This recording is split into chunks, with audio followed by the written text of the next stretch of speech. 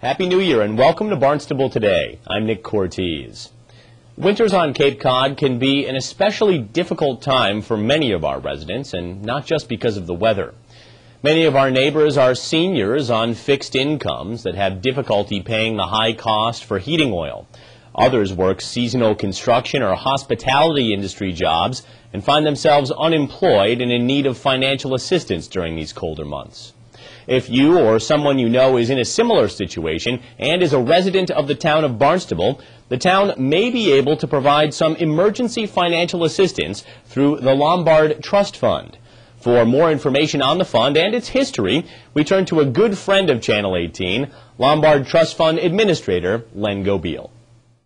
Tell me a little bit about the story of Parker Lombard and how this fund came into being in the first place. In the 1700s, and we believe, as far as we know, that this is one of the oldest trust funds in America. And Parker Lombard in the 1750s wrote into his will the option, actually it's not an option, he wrote into his will and he said, I want you to cut down the trees, after I die, cut down the trees of the property that I own, sell the trees, put the money in a fund, and help the poor people of the town of Barnstable. And this piece of land, Nick, is the land that now sits between Route 6, which is the Mid-Cape Highway, on 149, and it goes all the way to Cape Cod Bay. So it's a big piece of land. Some of the pieces were sold off, but a lot of the land is still maintained by the town of Barnstable, still owned by the town of Barnstable. So the land is tied to the wealth of the fund, essentially, and one feeds the other. Talk about how the fund has grown over the years and what the town has done to help build it. For a long time, the selectmen of the town of Barnstable maintained the fund. And they would go, back in the days, it was easy for the selectmen. Poor people would come in and say, I need money, I got to pay my rent, I need food, I got to do this, got to do that. And the selectmen would make out a check and give the check directly to the person, and these people would go out and buy food or pay their rent or whatever. As time progressed, it was figured out that this may not be such a good idea. And so now there is a process that has to be used. And the process goes through myself and Tara Way is on our committee, and Cindy Debkowski is on our committee. And we meet with all the people who are interested in receiving money from the Lombard Fund. We interview them all. They have to fill out an application. And then we decide how much money is right to give to the people who are in need. What qualifies as someone in need? What would be a couple examples of somebody who'd be eligible to be helped by the Lombard Fund? There are people at this time of year, and that's when the Lombard Fund kicks in, is generally in November, December, January, February.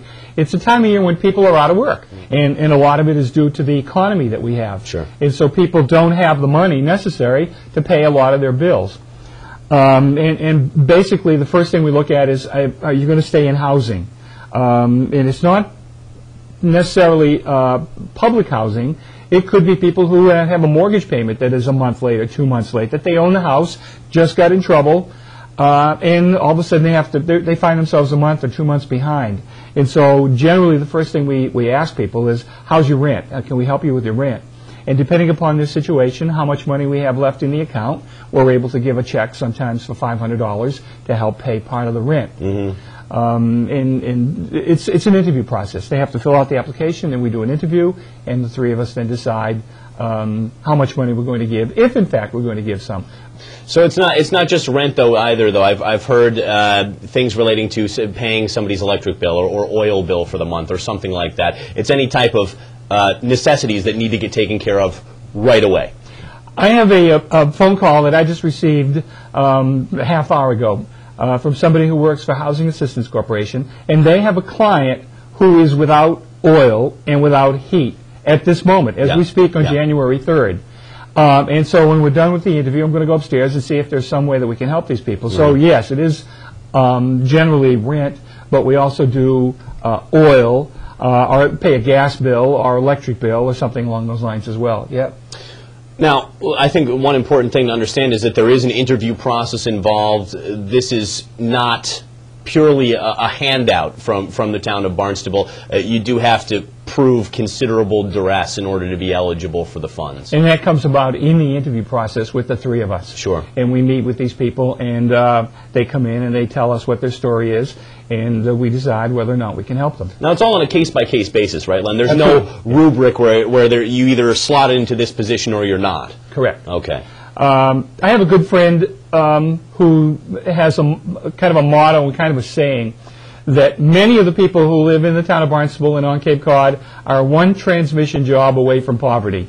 And isn't that the case? Yes, absolutely. And we see that all the time. We had 2 this year, believe it or not, where people had to have their transmission fixed, and they have to go to work. And so we said, well, we can't pay for your transmission to be fixed, although it's, you know, it's an important part of your life because it's a car and you got to go to work and come back. So we said, well, we'll help pay the rent or we'll pay the oil bill for the month.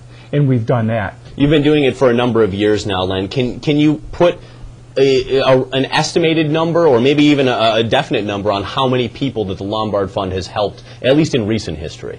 We do about 50 to 60 people a year. Okay. And we generally start at December, late November, early December, and we go through February. And we'll try to help 50 or 60 people. So there are 50 or 60 people that without the Lombard Fund would be in trouble. And by the way, Nick, one more quick thing.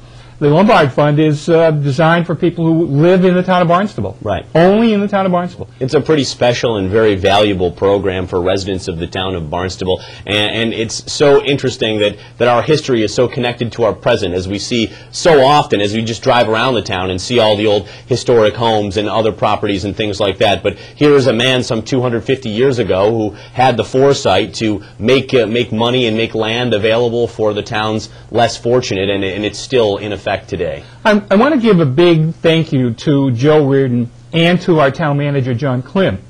The town manager has always been the trustee of the Lombard Fund.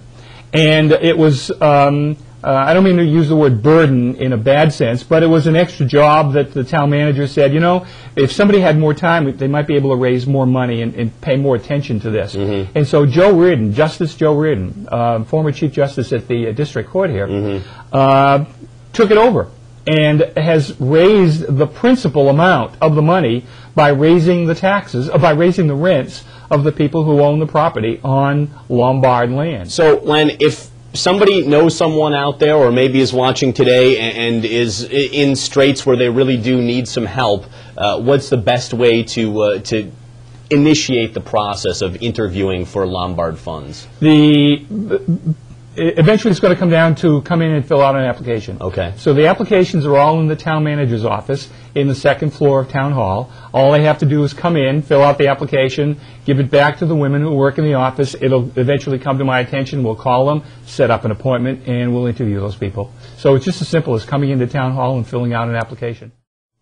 Now, let's take a look at this week's meetings. On Tuesday, January 4th, there's a Conservation Commission meeting in the Town Hall hearing room at 6:30 p.m. Wednesday, January 5th, the Zoning Board of Appeals meets in the Town Hall hearing room at 7 p.m. Also at 7, the Hyannis Main Street Waterfront Historic District Commission meets in the Selectmen's Conference Room. On Thursday, January 6th, the Town Council meets in the Town Hall hearing room at 7 p.m. Remember, you can watch full-length meetings, special events, and every program we air here on Channel 18 online. You can view it all in the town's video archives at town.barnstable.ma.us. Well, that's all we have for now. I'm Nick Cortez, and we'll see you next time on Barnstable Today.